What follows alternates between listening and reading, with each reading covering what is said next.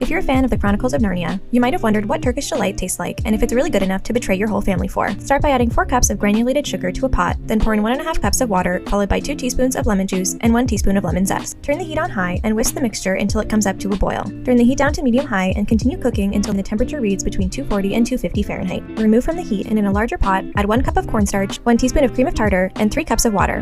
Turn the heat to high and whisk frequently until the mixture comes to a boil, then lower the heat to medium-low and continue whisking until it thickens. Now you can start to add the sugar mixture gradually, making sure to whisk in between until all the sugar has been added. The mixture needs to cook on low heat for about 45 minutes, stirring frequently, and you're ready to add your flavoring. We went with vanilla, but rose water or orange are also popular choices. You can also add some red food coloring to get this lovely shade of pink. Pour the mixture into a greased and lined 8-inch baking dish, then chill overnight. The next day, strain powdered sugar and cornstarch through a sieve, then mix and sprinkle a small handful over the set sugar mixture. Remove from the pan, sprinkle the other side, and slice into bite-sized pieces. You're now ready to serve. No family betrayal required. Since McDonald's ice cream machines are always broken, it's time to learn how to make their McFlurries at home and even better. First thing you're going to need to do is make your own soft serve, which is a lot easier than you think. Take some old-fashioned vanilla ice cream, and my favorite is Tillamook. It's super creamy. Then you're going to add some Cool Whip in a 2-to-1 ratio and beat it until it's light and fluffy just like that. And now just layer it with your favorite toppings. One had Oreos, M&Ms, fudge, and caramel, and the other had Nutella and Kinder. Today we're making homemade cotton candy flavored ice cream. In a large bowl, add 2 cups of heavy whipping cream. Whisk until it forms stiff peaks.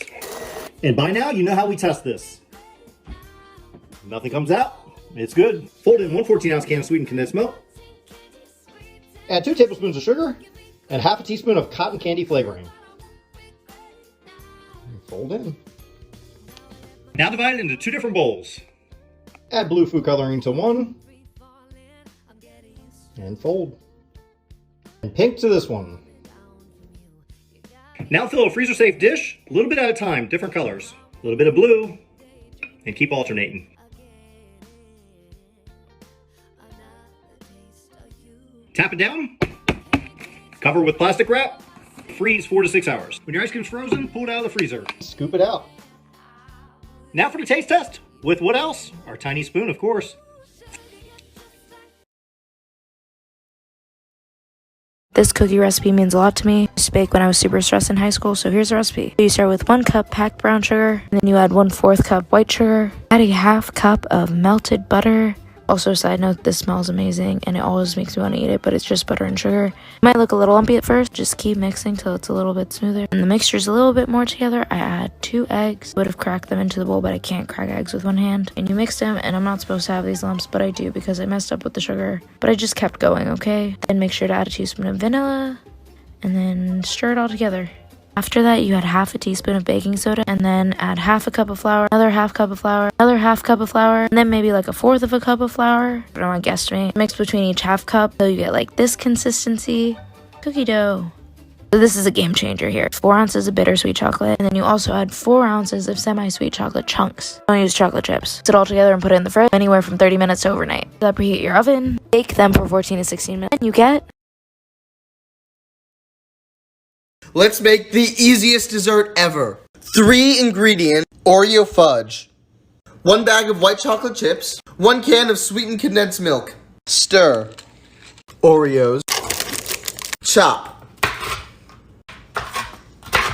Microwave in 30-second increments. After 30 seconds, after 2 minutes. Fold in Oreos. Oh my god. Wow. Pour into greased tray. Top with Oreos. Chill. Slice. And there you have the most easy, delicious Oreo fudge. So good. Let's make chocolate strawberry cheesecake pasta. Add some strawberries to a baking dish, sprinkle liberally with sugar, add a splash of vanilla extract and a pinch of salt and stir to combine. Arrange the strawberries on the outside of the dish, then place a block of cream cheese in the center and sprinkle liberally with sugar again. Then bake in a 400-degree oven for about 40 to 45 minutes. Once it comes out, stir it all up to combine. At this point, you can taste the strawberries to see if you need to add any more sugar. Then add some chopped semi-sweet or bittersweet chocolate and stir again to combine. Next, we are going to add our chocolate pasta that we made the other day.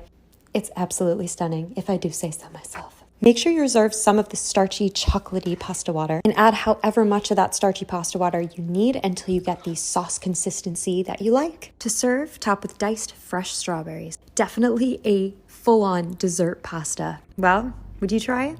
I almost don't want to put you onto this, but I will because this carrot cake recipe is actually incredible.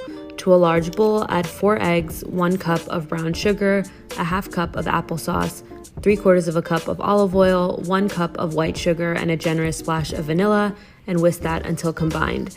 Then add 2 cups of all-purpose flour, 2 teaspoons of baking powder, 2 teaspoons of baking soda, a pinch of kosher salt, and 1 tablespoon of ground cinnamon, and mix that until just combined. Then add 2 to 3 cups of grated carrots and fold. Then you want to divide the batter between 2 parchment-lined 9-inch cake tins and bake them at 350 for around 35 minutes. Let them cool on a wire rack and make your cream cheese frosting. In the meantime, I'll post the recipe for mine soon. After the layers have cooled down, spread about 1/3 of the frosting between the 2 cakes and spread the rest over the top and sides. So yeah, that's it. The full recipe is up on my Instagram. I hope you try it and let me know what you think. Today we're making strawberry cheesecake chimichangas. For the cheesecake filling, mix 1 8-ounce block of cream cheese, 1 cup of sour cream, a tablespoon of vanilla, and 1/3 of a cup of sugar. Mix until it's nice and creamy, then add 2 cups of diced strawberries.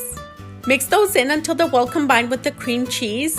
Heat up 6 to 7 8-inch flour tortillas. Add a couple spoonfuls right in the middle and fold it up like a burrito. With the amount of ingredients we used, we made a total of 7 chimichangas. In a separate bowl, mix 1/3 of a cup of sugar with 1 tablespoon of cinnamon. Heat up 1 cup of vegetable oil over medium heat. Lightly fry your chimichangas for about 30 seconds on each side or until they're nice and golden brown on all sides. Place them on a plate lined with clean paper towels to soak up some of the excess oil. Roll them in the sugar and the cinnamon mixture. Enjoy with fresh diced strawberries, and you can also top it off with whipped cream or a side of ice cream. And enjoy. Okay, fine. Fine, you want to make churros, no problem, but understand these are dangerous. Small pan, 5 tablespoons butter in, 1 cup of water, 2 tablespoons of sugar. Heat on high heat. Make sure it's melted and bring to a boil. Turn off the heat. 1 teaspoon of vanilla, 1 teaspoon fine sea salt. 1 cup all-purpose flour. Stir. Till thick with 3 C's. Now let this cool for 8 to 10 minutes, brother. 3 eggs, 1 at a time. Egg. Mix. Egg. Had to switch to a whisk. Egg. Mix. An egg yolk. Mix 1 more time. Till nice and smooth. Transfer to a piping bag with a star tip. Heavy bottom pot. Fry oil. Filled a little over halfway. It's cinnamon sugar, not that hard. 3/4 a cup of sugar. 1.5 teaspoons of, well, cinnamon.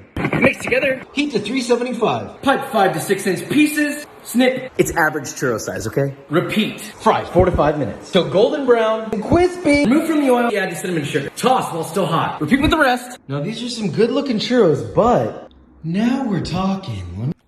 Look at